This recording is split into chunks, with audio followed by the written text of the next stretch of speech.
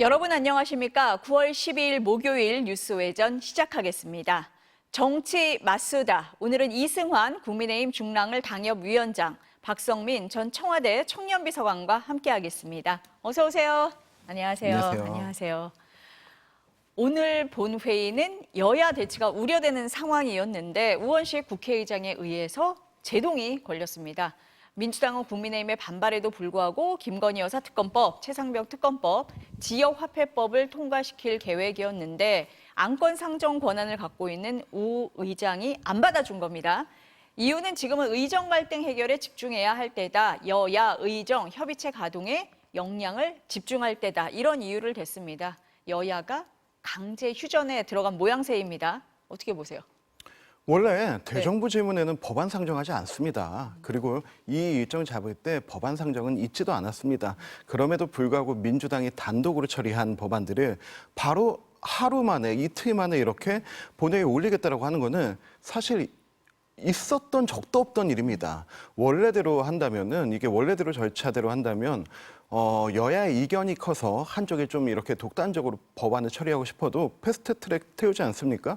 최장 360일 걸리고요. 최단기 30일 걸리게 됩니다. 그런데 지금 민주당이 이번 국회 열면서부터 원래는 이 당이 가져가야 될 법사위원장 자리를 본인들이 가져가서 원래대로라면 이 법사위원장을 가져갔다 하더라도 여야가 합의해야죠. 여야가 합의한 다음에도 숙려기간 30일은 있어야 되는 건데 이렇게 마구잡이로 올려보내는 것은 정말로 국회의 지금까지 어떤 관례와 전통과 이런 것들을 무시하는 행태라고 생각합니다. 그리고 오늘 만약에 이 법안들을 올리게 됐다면 곧바로 이제 필리버스터가 진행되게 될 거고요. 그렇다면 지금부터 해서 다음번 회기가 열릴 때 이 세 개의 법안이 계속해서 필리버스터하고 다음번 회기 열릴 때까지 추석 내내 국민들은 여야 의원들이 싸우고 있는 거를 보셔야 됩니다. 이런 상황에서 우원식 의장이 지금은 일단 의정 갈등에 집중하자라고 중재안을 낸 부분에 대해서는 저는 그래도 의장다운 정치적 행보를 보였다라고 생각합니다.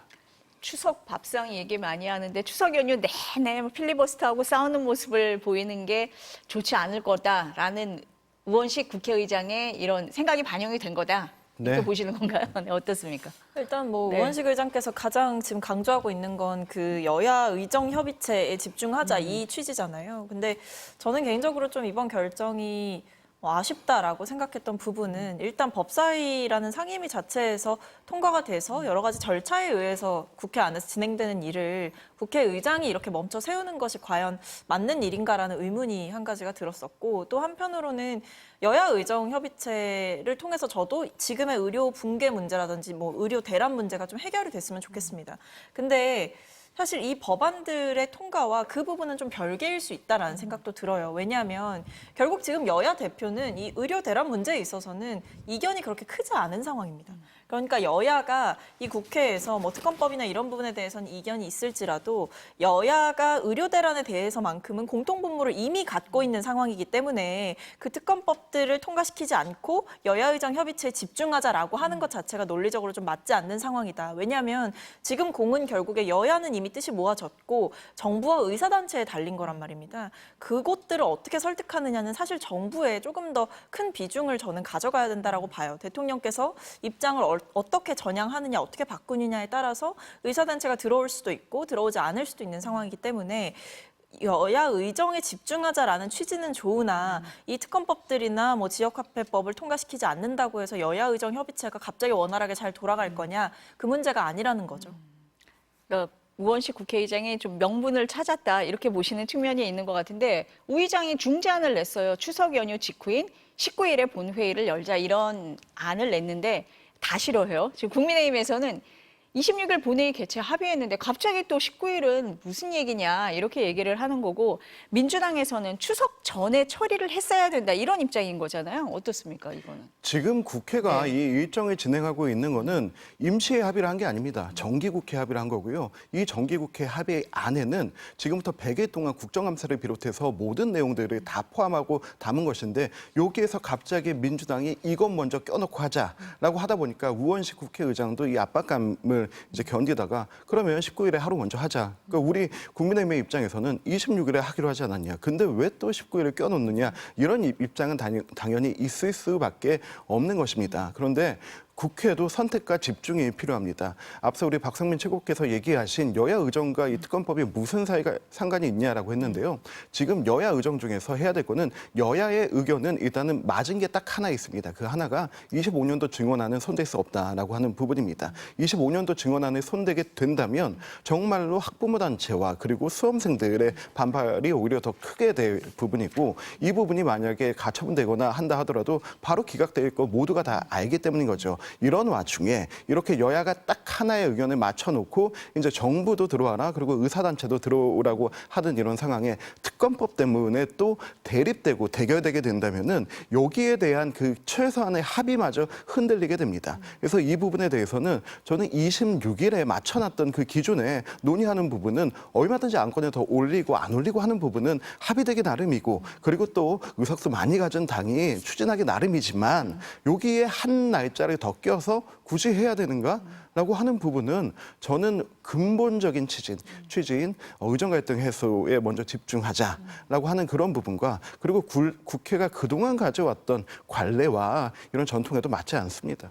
어떻게 보세요, 이건? 근데 일단은 네. 25년도 정원에 대해서 그 논의를 하자라는 게 민주당의 입장이라는 지금 점을 조금 달라진 것 네, 같아요. 말씀을 맞아요. 드리고요. 그리고 네. 여기에 대해서 이제 한동훈 대표도 사실은 우회적으로 저는 동의했다라고 생각합니다. 어떤 의제에 대한 제한 없이 논의를 하자, 조건 없이 대화하자라고 하는 것은 정부에서 25년만은 절대 안 된다라고 하는 것과는 좀 입장이 다르기 때문에 오히려 여야에서는 뭐 한동훈 대표와 또 원내대표의 입장이 다를 수는 있어요. 그런데 그럼에도 불구하고 여야 대표는 어쨌든 25년 안도 논의를 해보자라는 것까지는 좀 진전이 있다라는 말씀을 먼저 드리겠고 그렇기 때문에 더더욱 지금 상황에서는 어떤 국회 안에서의 싸움을 멈춰야 된다 이런 얘기보다는 정부에게 어떤 답을 받아낼 거냐가 더 중요한 시점이라는 거죠. 그래서 지금 민주당에서도 보면 이 우원식 국회의장의 어떤 결정에 대해서 불만을 제기하는 이유 중에 하나는 사실상 투 트랙으로 진행될 수 있는 것인데 왜 이것을 하나의 트랙으로 보느냐. 그러니까 뭐 여야 의정 협의체는 여야 의정 협의체대로 그리고 특검법 추진은 특검법 추진대로 할 수 있는 일인데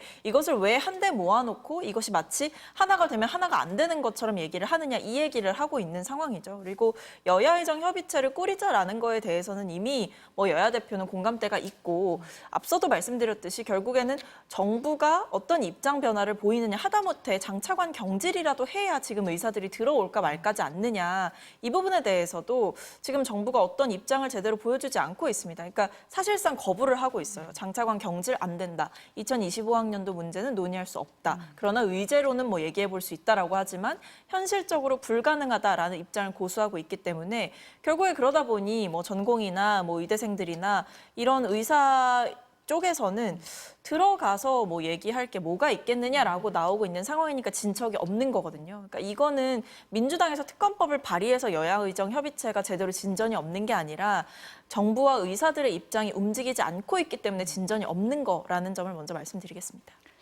지금 얘기를 하다 보니까 자연스럽게 지금 의정 갈등, 의료 공백 얘기로 넘어가고 있는 것 같아요. 그만큼 이제 온 국민의 관심이 의료 공백이다 이렇게 말씀을 드릴 수가 있을 것 같은데 그래서일까요? 한덕수 국무총리가 추석을 앞두고 직접 나와서 국민들에게 응급의료 상황에 대한 브리핑을 했습니다. 먼저 들어보시겠습니다. 이번 추석 연휴에는 약 8,000개의 당직 병의원이 환자들을 맡기로 했습니다. 25일까지 약 2주간을 추석 명절 비상응급 대응 주간으로 운영하고 가용 자원을 총동원하여 응급 의료 체계 유지에 한치의 소홀함이 없도록 최선을 다하겠습니다. 네, 오늘 오후 1시에는 고위 당정회의도 열렸어요. 일단 국민들에게 괜찮다, 안심을 시키면서 의료계에는 참여를 해라 이렇게 이제 촉구를 하고 있는데 이 논의는 계속 하고 있는데 접점이 좀 나오겠습니까? 어때요? 예. 이번 국회에 정말로 싸우기만 하는 모습 보여줬는데 지금 정치권이 그래도 바깥판에 국민들을 위해서 뭔가 하네라는 모습을 보여주기 위해선 오늘 있을 고위당정에서 네. 여당은 정부와 대통령실을 설득해야 됩니다. 어디까지 내줄 수 있어요? 라고 그걸 가지고 와야 됩니다. 그렇다면 야당은 의사단체들과 협의를 이끌어내야 됩니다. 팀플레이를 한번 보여줬으면 좋겠습니다. 지금 여러 의사단체들 중에서 이 여야 의정에 앉겠다라고 하는 단체들이 한 두세 군데 나오고 있지 않습니까? 교수협회부터 해가지고 몇 군데 나오고 있는데요. 나머지 이제 가장 큰 의사협회라든지 그리고 이제 전공의협회라든지 이런 부분에서 너무 격렬하게 반대를 하고 있는 부분입니다. 그렇다면은 이분 그 야당도 여당과 정부를 향해서만 여기가 어디까지 대상이고 어디까지 할 건지 기준을 마련해라. 그렇게 할 것만이 아니고 오히려 그냥 찾아가서 더 설득을 해야 됩니다. 그렇게 되면 그 공은 야당의 공이 됩니다. 우리가 의사 단체들 이렇게 몇 개까지 데리고 왔다라고 할 정도를 가져오는 야당의 공을 가져오고 그리고 여당은 정부와 대통령실 만나가지고 우리가 일단은 이 정도까지 한 발 물러서게끔 하겠다. 이 정도까지의 유예를 더 보겠다라고 하는 걸 가지고요. 같이 팀플레이 해야 됩니다. 좀 그런 모습이 추석 전에 네. 조금이라도 비춰지기를 기대해 봅니다.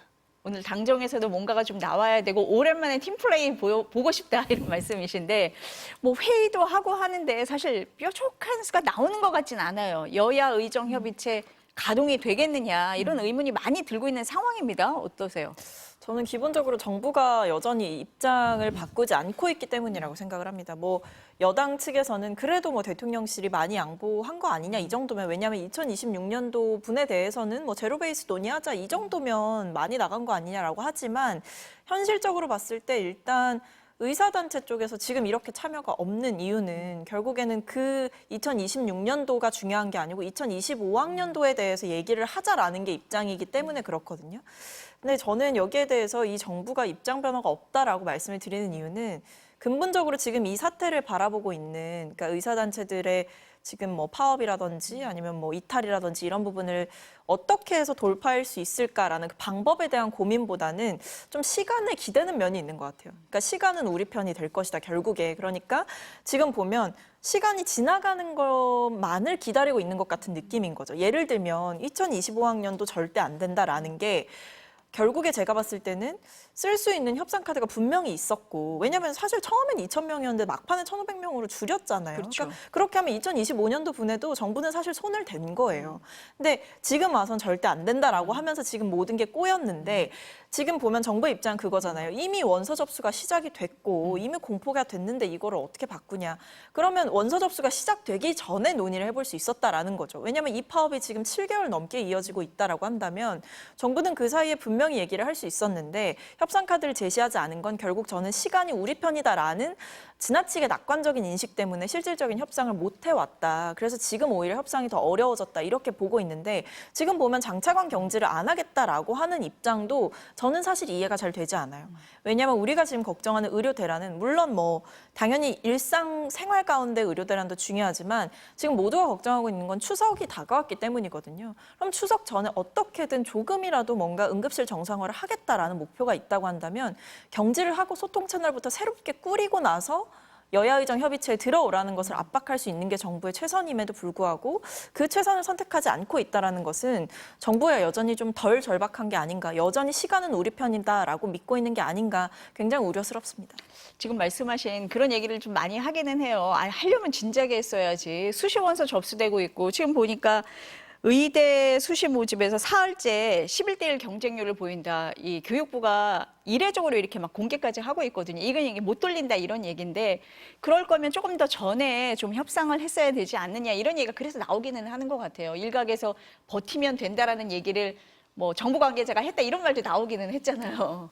저는 이 의료개혁 자체는 굉장히 큰 틀에서 봐야 된다고 봅니다. 우리나라의 의료 시스템은 세계에서 가장 선진화된 시스템 중 하나입니다. 영국은 국가 의료 체계를 선택해서 공무원들, 의사들이 공무원화돼가지고 모든 국민들을 치료하고 있고요. 그리고 미국 같은 경우는 사설 의료 체계에서 의료의 서비스는 굉장히 높지만 굉장히 비싸다는 한계를 가지고 있죠. 그런데 우리나라의 의료 체계는 이 양쪽의 병합을 가지고 있습니다. 국가와 그리고 또 민간 의료기관이 함께 협업해서 최고의 의료 서비스를 만들고 있다는 거죠. 그렇다면 그렇다면 문제는 뭐냐면 지금 이 좋은 걸 왜 건드리느냐가 아니고 10년 후에는 의사수가 부족하게 된다라고 하는 부분에서 지금 이 의료개혁이 시작하게 된 겁니다. 첫 번째 의료개혁 시작했을 때요. 얘기 꺼냈을 때요. 목표 두 가지였습니다. 의사수는 늘려야 되고 전국 어디서나 동일한 의료 서비스 받아야 된다라고 하는 부분이었고요. 이 부분에 국민들의 77% 이상의 국민들께서 동의해 주시고 환호해 주셨습니다. 그런데 이게 장기화되다 보니까 문제가 되는 거거든요. 그런데 지금 당장의 문제는 응급실이 정상화되고 의사들이 돌아온다. 이것 하나만 의료개혁의 그 시작과 끝이 아닙니다. 그 다음에 뭐가 있냐면요. 더 중요한 게 남아 있습니다. 건강보험 개혁이 남아 있습니다. 건강보험 개혁 같은 경우는 이미 내년도 25년도가 되면은 건강보험에서 병원과 약국으로 지출되는 비용이 100조 원을 넘게 됩니다. 이게 문재인 대통령 시절에 문재인 케어로 하면서 좀 이렇게 필수 의료수가들을 좀 확장하면서 필수 의료를 확장하면서 많아진 내용도 있는데요. 국민의 의료 수요가 늘어난 거기 때문에 또 어쩔 수 없는 내용이 있죠. 그리고 그 다음에 문제가 뭐냐면 26년도가 되면 건보가 3천억 적자를 기록하게 되고 28년도가 되면 1조 5천억 적자를 기록하게 됩니다. 자, 그렇다면 저는 궁금한 게 있어요. 우리가 만약에 의료개혁의 큰 두 축이 이 의사수 증원과 건보개혁이다라고 했을 때 건보개혁을 먼저 했다면 이 의사들에 대한 어떤 지원안이나 어떤 이들을 유도할 수 있는 것은 오히려 그 여지가 더 좁아들게 됩니다. 그런데 의사수 증원과 이 의료개혁을 먼저 했기 때문에 의사들이 협상하고 그리고 본인들의 주장을 할 수 있는 범위가 더 넓어지게 된 것입니다. 저는 이게 의료개혁이 단순하게 의사수 증원만 하고 지금 응급실 정상 가동에만 맺혀져 있다고 보지 않습니다. 이걸 넘어서 그다음에 건보개혁까지 가야지 우리의 다음 세대, 우리의 자녀들까지도 지금 같은 의료 시스템을 누릴 수 있는 거거든요. 저는 정부는 이 그림을 가지고 있기 때문에 뭐 시간이 좀 더 들어야 된다라고 하는 부분들에 대해서는 10분 납득할 수 있습니다. 그런데 좀 이러한 것들을 여야와 함께 국민과 함께 의사단체와 의료 관계자들과 함께 좀 나누는 시점이 이제는 필요하지 않나 생각이 듭니다. 그러니까 이거 시작을 할 때 의료개혁에 대해서 국민들이 동의를 했던 것도 맞고 방향에 대해서 동의했던 것도 맞습니다. 근데 이제 이 추진하는 과정에 대해서 다 동의를 하는 건 아니고 그 사이에 지지가 떨어진 것도 맞고 과정에 대해서 문제 제기를 하는 것도 많은 이런 상황이 된 거고 당장에 지금 추석에 응급실은 어떻게 되느냐 이런 걱정까지 나오는 상황에 대해서 다 우려를 한다 이렇게 말씀을 드리겠습니다. 근데 의료계가 그럼 불신하는 이유가 뭐냐 여러 가지가 있는데 그중에 하나가 또 대통령실하고 여당 입장이 다른 거 아니냐 이렇게 봅니다. 한동훈 대표는 모든 의제를 조건 없이 논의하자. 무조건 대화 테이블로 나와라. 내년 의대 증원, 책임자 경질 다 열려있다 이런 입장인데 대통령실에서는 일단 좀 선을 긋고 있는 이런 모습이거든요. 그러면은 의료계에서 우리가 나갔는데 대통령실하고 여당이 다른 거 아니야? 대화가 돼? 이렇게 생각할 수 있어서 이게 걸림돌이 된다고 보거든요. 어떻습니까? 첫 단계를 어떻게 끼느냐. 저는 이게 중요한 것 같아요. 그런데 정말로 가장 큰 양대 산맥인 의사협회와 전공의협회조차도 서로를 인정하지 않고 적이화 대화한다면 우린 나가지 않겠다라고 하는 행태를 보여주고 있거든요. 이때 정부가 정말 정부와 정치권이 쓸 수 있는 모든 힘을 다 써서 어디 한 기관에만 법적 대표성을 주어지게 된다라고 하면은 또 그 자체로도 굉장히 큰 분열이 일어나게 됩니다. 그렇기 때문에 누구든 언제든 다 와서 그냥 얘기하자라고 하는 그 장은 누구라도 거부할 필요가 없는 거죠. 그렇기 때문에 의사협회도 그리고 전공의협회도 그리고 뭐 교수협회도 뭐 병원협회도 다 오라고 하는 겁니다. 근데 우리가 먼저 가장 편한 거는 여러분 의료단체들 전체에서 의견 모아서 한 가지만 가져오십시오 하는 게 제일 편합니다. 이게 안 되잖아요. 예, 그러니까 그게 안 되는 거죠. 그렇기 때문에 두 번째 방법은 의견 안 모아지는 거 인정합니다. 그렇기 때문에 일단 다 오시죠. 라고 하는 이 방안을 지금 쓰고 있는 거거든요. 근데 이것 외에 더 이상 쓸 수 있는 방법이 무엇이 있을까? 물론 여기에서 대통령실도 정부도 한 발 뺀 입장들을 조금씩 보여주지 않습니까? 맨 처음에 2,000명 정말 안 될 것 같이 하다가 모든 의과대학들의 최대 증원할 수 있는 인원이 몇 명이냐 확인해 본 결과 1,509명입니다. 오케이, 그대로 가고 2026년 같은 경우도 다시 논의해보자 라고 하는 이 정도의 반응이면은 지금까지 정부가 강성해서 보여줘 왔던 부분에 대해서는 최대한 많이 좀 그래도 후퇴한 입장을 보여주고 있는 거다. 그렇다면은 저는 의료 의사단체들이 일단 다 나와야 된다라고 보고 있습니다. 그게 국민에 대한 예의가 아닐까 생각합니다. 근데 이게 어쨌든 네. 여당 안에서 목소리가 제대로 이제 정리가 안 된다라는 거는 되게 심각한 문제라고 근데 생각해요. 그 부분을 여쭤보는 네, 거예요. 그렇죠. 네. 왜냐하면 이제 야당 입장에서도 이제 협상 테이블에 나가는 것까진 좋은데 이제 나가서 어떤 성과를 만들려고 지금 만나는 거 아니겠습니까? 저희가 뭐 이제 밥 먹고 뭐 그렇게 하자, 대화만 하자 이렇게 하는 게 아니라 실질적으로 문제를 해결하려고 하는 건데 지금 보면 문제를 해결하려고 하는 사람과 문제를 해결할 수 있는 사람이 다른 거예요. 그러니까 문제를 해결하려고 하는 사람은 뭐 여당 안에서는 한동훈 대표겠죠. 근데 문제를 해결할 수 있는 분은 대통령이에요. 근데 이 둘의 입장이 다르다라고 한다면 심지어 둘의 관계가 좋지 않고 그리고 그걸 넘어서서 어떤 의견 일치가 이루어지지 않고 있는 상황이라고 한다면 문제를 해결하려고 하는 여야 대표가 만나서 정말 24시간 밤새서 토론을 해서 어떤 결론을 낸다라고 하더라도 정부에서 마치 이제 그동안 수많은 법안에 대해서 거부권을 행사하셨듯이 대통령께서 또다시 거부권을 행사하시면 정말 정치적으로 거부를 하시게 되면 그때는 여야가 합의를 받든 여야와 의사단체가 합의를 받든 그 모든 게 사실은 무용지물이 됩니다. 그걸 걱정하는 거예요. 그렇기 때문에 여당 안에서 먼저 여당이 대통령을 어느 정도의 설득과 또는 대통령으로부터 부여받은 재량권을 가지고 한동훈 대표가 협상에 임해야만이 이것이 어느 정도 좀 효과가 있지 않겠느냐라는 생각을 하는 것이고 또 의사단체에 대해서도 뭐 의견이 좀 다르긴 합니다만 이제 뭐 한동훈 대표는 출범하는 것 자체에 좀 빨리 의의를 두고 싶어 하시는 것 같아요. 추석 전에 빨리 출범을 해야 국민들의 불안을 해소할 수 있다. 그러니 조건 없이 대화하자 이런 입장인 것 같은데 이제 민주당 입장에서는 이게 의사단체들과의 협상도 굉장히 지금 예민한 부분이잖아요. 그렇죠. 왜냐하면 의사단체들 안에서도 지금 갈등이 심합니다. 뭐 전공의와 의협이 갈등이 있고 이런 식으로 내부가 굉장히 파편화되어 있는데 여기서 일부 단체만 마치 취사 선택하듯이 만나게 되면 이 협상의 판 자체가 아예 깨질 수 있다. 이런 생각을 당에서는 하고 있는 것 같아요. 그렇기 때문에 민주당에서 여당이 좀 더 노력을 해서 이 의사단체들을 조금 더 폭넓게 그리고 의미 있는 결정권이 있는 단체들이 참여할 수 있게 하는 어떤 방안을 좀 더 강구를 해봐라. 단순히 출범이 중요한 게 아니다. 이렇게 하고 있는 상황인 거죠. 아까 위원장님이 고위 당정에서 할 때 어디까지 할 수 있느냐 이런 거 좀 얘기를 해서 결론을 좀 내라 이런 말씀을 하셨잖아요. 그래서 그런 게 필요한 것 같아요. 근데 한동훈 대표가 야당에 대한 답답함도 지금 토로를 하고 있습니다. 한번 들어보시겠습니다. 여야 의정 협의체는 국민을 위해서 국민의 불안감을 해소하기 위해서 신속하게 출범해야 한다. 가능하면 추석 전에 모이는 모습이라도 보여야 한다는 것입니다. 참여가 가능한 단체들만이라도 일단 출발해야 되지 않겠습니까? 더불어민주당의 적극적인 그리고 진정성 있는 참여를 요청드립니다. 민주당에서 이런 얘기예요. 의지 없는 논의하자. 합리적 추계를 통한 2026학년도 정원을 결정하자. 대통령 사과, 책임자 문책 이런 거 하자. 이렇게 얘기를 해요. 근데 지금 이제 국민의힘에서 야, 요거만 하지 말고 적극적으로 나서야 하는 거 아니야. 이렇게 지적을 하는 것 같습니다. 어때요?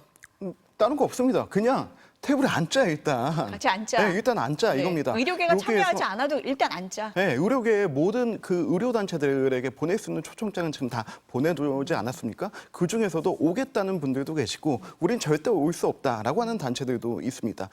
그거 다 그냥 뒤로 하고 일단은 앉아서 우리가 이 논의를 함께하는 모습을 국민께 보여드리자. 그래서 두 가지를 움직여야 됩니다. 일단은 정부가 정말 확고하다면 정부의 마음을 움직여야 되는 거고요. 그리고 이 부분에 대한 국민의 여론을 움직여야 되는 겁니다. 그 첫 시작이 한 테이블에 앉는 것입니다. 그런데 이런저런 조건, 책임자 먼저 처벌하라라고 하는 부분들, 책임자 처벌하고 인사로 인한 조치 할 수 있죠. 하지만 그렇다 하더라도 그것 하나로 이 다른 의사단체들과 협회들이 모두가 다 모일 수 있는가? 그렇다면 그렇게 저도 재원해 보겠습니다. 하지만 그럴 수 있는 상황이 아니라면은 이거를 지금까지 이끌어왔던 사람들이 좀 마무리 짓게끔 하는 것도 좀 필요하다고 봅니다. 그렇기 때문에 일단 추석 전에 우리가 특검으로 추석 지나고 또 싸우고 하기 전에 일단은 그냥 이것만 가지고 한 자리에 앉자. 가능한 분들과 먼저 대화를 시작하자라고 하는 게 필요하다고 보여집니다. 그러니까 의료계가 참여하지 않더라도 일단 여야정이라도 시작하는 게 중요하다. 이렇게 보시는 참여하겠다는 거네요. 의료계도 있기 네, 때문에 네. 그들과부터라도 먼저 시작하는 게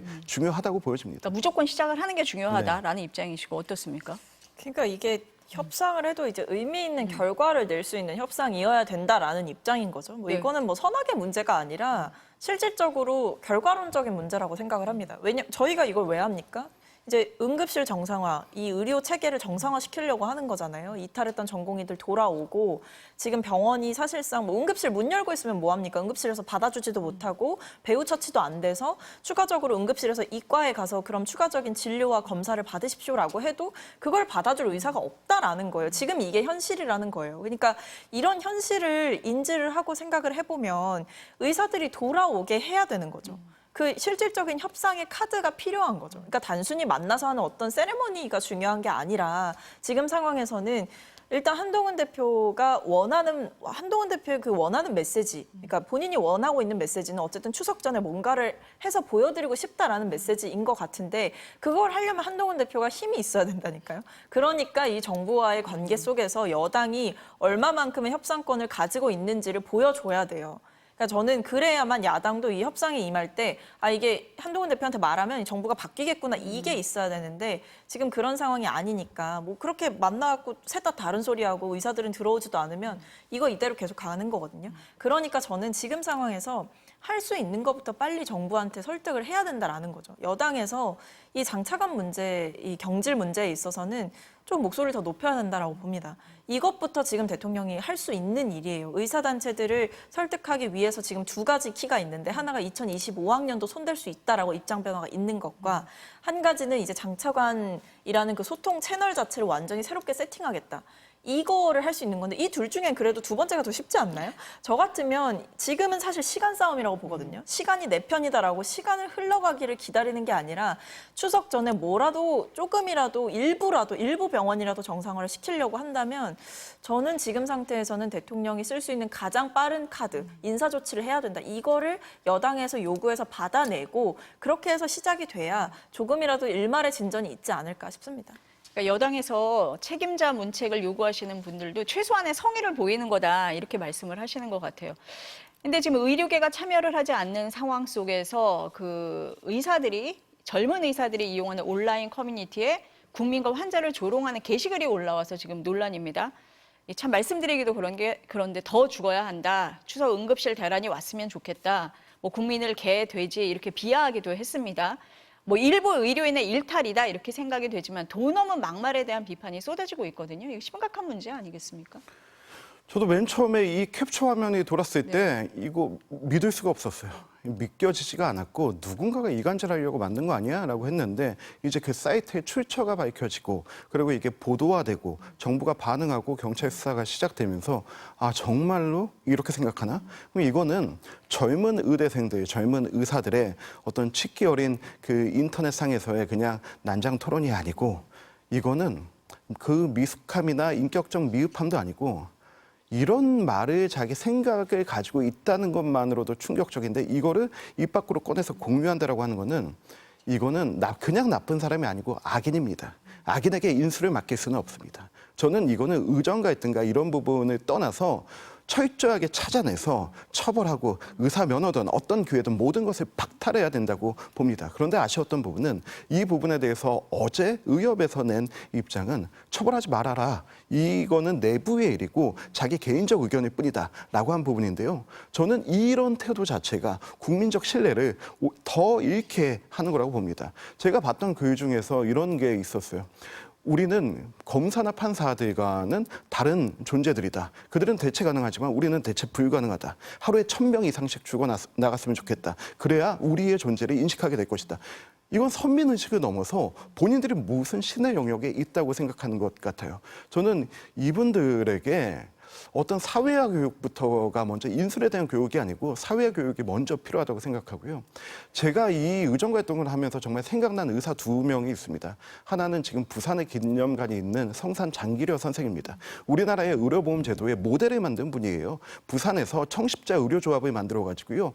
그때 당시에 담배값이 한 갑에 100원씩 할 때 60원씩 걷어서 안 아플 때 도와주고 아플 때 도움받자라는 걸로 해서 우리나라 의료보험 제도의 모태가 되신 분인데 이분 평생 북에 있는 가족들 그리워하면서 단칸방에서 혼자 살다 돌아가셨고 그 집이 아직도 기념관으로 남아 있습니다. 저는 우리 좀 그 의사분들이 다시 이런 정신을 되돌아왔으면 좋겠고요. 그리고 벌써 10년 넘었는데 우리 국민들에게 큰 감동을 주고 아직도 정말 살아있는 성인이라고 불리는 울지마 톤주의 이태석 신부님 이런 분들 저는 의사에게 의사 선생님이라는 호칭을 붙이는 그 이유에 대해서 좀 다시 한번 되돌아보기 바라고 이 사태를 빌어서 악인에게는 인수를 맡길 수 없다라고 하는 이 기준을 세웠으면 좋겠습니다. 이거 어떻게 보세요? 뭐 일단은 여기에 대해서 고발하고 이제 수사를 한다라고 하니까 뭐 좀 지켜봐야 될 것 같은데 일단 매우 잘못된 행위죠. 그러니까 뭐 앞에서도 이제 길게 말씀해 주셨는데 뭐 동감하는 바이고요. 그러니까 선민 의식을 넘어서 좀 특권 의식에 찌들어 있는 게 아닌가. 뭐 일부 의사들의 일탈이고 발언이다라고 한다고 할지라도 일부라도 이런 생각을 갖고 있다라는 것 자체가 진료를 받고 또는 나의 소중한 가족들이나 이런 분들의 진료를 맡겨야 하는 그냥 일반 국민의 입장에서는 굉장히 좀 충격적이고 불만이다 이런 생각이 들고 이런 것들이 앞으로 더 뭐 있을지 없을지는 모르겠지만 지금 이런 상황들 자체도 이 의사들의 파업이라든지 뭐 의료 행위로부터의 이탈이라든지 이런 부분들을 더 이제 국민들이 봤을 때 정서적으로 심판하게 하는 하나의 또 계기가 만들어지지 않았나 싶습니다. 네. 어쨌든 저도 보고 굉장히 충격이었는데요. 이런 굉장히 심각한 상황이기 때문에 더는 이런 게 없었으면 좋겠습니다. 이슈 좀 넘어가 볼게요. 김건희 여사 얘기 좀 해보겠습니다. 민주당에서는 특검 필요성이 더 커졌다 이렇게 봅니다. 발언부터 들어보시겠습니다. 김건희 특검은 정쟁의 대상이 아니라 윤석열 정부 들어 실종된 공정과 상식, 정의를 회복하는 조치입니다. 민주당은 김건희 특검으로 각종 범죄 의혹과 국정농단의 실체적 진실을 반드시 밝혀내고 실종된 공정과 상식을 회복하겠습니다. 자, 민주당에서는 특검을 밀어붙이는 상황인데 김건희 여사가 광폭 행보를 하고 있습니다. 지난 10일 자살 예방의 날을 맞아서 경찰 지구대 마포대교를 찾은 사진이 공개가 됐고요. 조만간 공개될 대국민 추석 인사 영상에도 윤석열 대통령과 함께 출연합니다. 여야 반응이 극명하게 엇갈립니다. 어떻게 보세요? 저는 이 부분에 대해서 김건희 여사가 지금까지 이 사태들을 보면은 국민적 요구가 있던 부분들에 대해서는 대부분 다 이루어져 왔습니다. 왜 그러냐면 그 명품백 사건에 대해서도 왜 수사 안 하냐라고 했는데 전담 수사팀 만들어서 수사했고요. 왜 조사 응하지 않냐 했는데 뭐 특혜 조사라고 했지만 본인이 자발적으로 조사에 응했고요. 그러고 나니까 왜 가방심을 제출하지 않냐라고 했는데 이미 제출해 있었고요. 그리고 나서 제2 부속실 설치해서 관리해라라고 하니까 지금 제2 부속실은 설치되고 있고 실장은 지금 임명돼 있는 상황입니다. 저는 이런 수순들에 대해서 먼저 사과가 있었다면은 좋겠다라고 하는 생각은 늘 가지고 있습니다. 하지만 그러한 과정에서 지금 민주당이 과도하게 밀어붙이는 특검법, 요게 또 도이치모터스 특검 또 하자고 얘기 들어가지 않았습니까?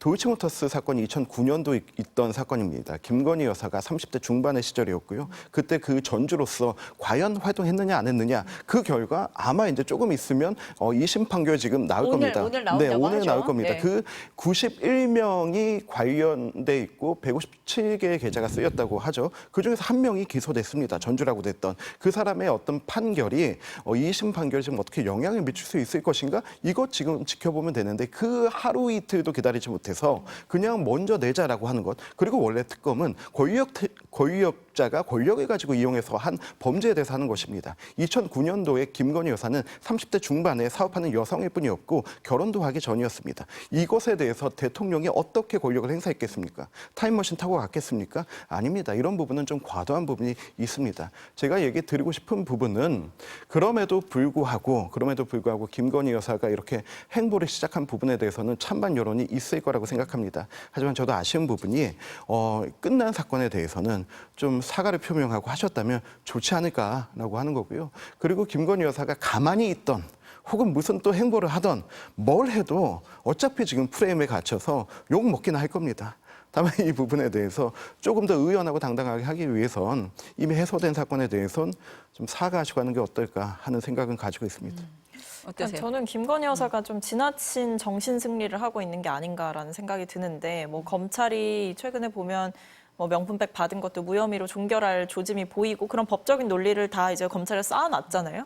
그게 있으니까 이제 활동 재개를 해도 된다라고 생각하는 건지 보면 논란 터지면 사과 한마디 없이 잠깐 뭐 안 나타나지 않았다가 뭐 자숙인지 뭔지는 모르겠지만 잠시 이제 나타나지 않았다가 다시 또 시간이 좀 지나거나 여론이 좀 잠잠해졌다 싶으면 다시 나타나거나 아니면 뭐 이번처럼 이제 검찰에서 좀 무죄 다 이런 식으로 이제 결론을 내줄 것 같으면 다시 활동을 시작하고 이런 거는 국민들 보시기에 매우 부적절하다라는 생각이 들고 저는 최소한의 양심이라도 있으면 활동 재개를 하기 전에 국민들 앞에 제대로 나서서 본인이 직접 사과를 하는 게 맞다. 라고 생각을 합니다. 그러니까 최근에 보면 누가 이런 일들을 결정하고 이 여사의 행보 재개를 권했는지 아니면 본인이 스스로 결정한 건지는 모르겠습니다만 김건희 여사가 지금 이 정부에 늪이 되고 있어요. 사실은 지금 윤석열 정부에서 출범할 때 내세웠던 게 공정과 상식인데 이게 김건희 여사라는 한 명으로 인해서 지금 다 무너지고 있는 게 대한민국의 현실입니다. 명품백 수사 뭐 잘 받았다라고 하셨지만 사실 그 과정이 이상했죠. 검찰총장한테 제대로 보고도 안 하고 수사 받고 아니면 제3의 장소에서 검사들이 휴대폰 제출하고 수사 받고 이런 일들이 국민들이 봤을 때 법상식을 다 떠나서 이게 과연 맞나라는 생각이 드는 게 김건희 여사와 관련된 일이었거든요. 주가 조작도 저는 마찬가지라고 생각합니다. 여기에 대해서 이제 손모 씨에 대한 그러니까 굉장히 이 김건희 여사가 받고 있는 그 혐의와 이 손모 씨가 가지고 있는 혐의가 굉장히 유사하다 그래요. 그러니까 손모 씨가 어떻게 결론을 받아들이느냐에 따라서 김건희 여사에 대한 기소 압박이 더 거세질 수도 있는 상황입니다. 지금 보면 곳곳에 다 덫이에요. 그러니까 김건희 여사가 이런 것들로부터 그냥 무작정 도망치고 회피하고 그냥 이렇게 무시하고 이럴 일이 아니라 지금 보면 명품백 사건도 검찰이 빠르게 종결하려고 했지만 최재형 목사 수심이 열린다고 하잖아요. 이거 보고 또 사실은 바뀔 수도 있는 거거든요. 이런 걸 봤을 때 피하는 게 능사가 아니다. 그냥 본인이 직접 국민들 앞에 제대로 사과하셔야지 제대로 된 사과도 없이 그냥 추석 영상 때에 갑자기 등장해서 인사하면 국민들이 환영하겠습니까? 아마 굉장히 다들 불쾌하실 겁니다. 사과부터 해라. 저는 그게 순서다라고 말씀드리겠습니다. 사과에 대해서는 두 분이 같은 말씀을 해주신 것 같고 또 말씀을 하신 것처럼 도이치모터스 주가 조작 사건의 항소심 선고가 오늘 나오니까요. 또 이 결과에 따라서 또 상황은 좀 달라질 수도 있다. 이렇게 볼 수 있을 것 같습니다. 오늘 말씀은 여기까지 들어야 될 것 같습니다. 감사합니다.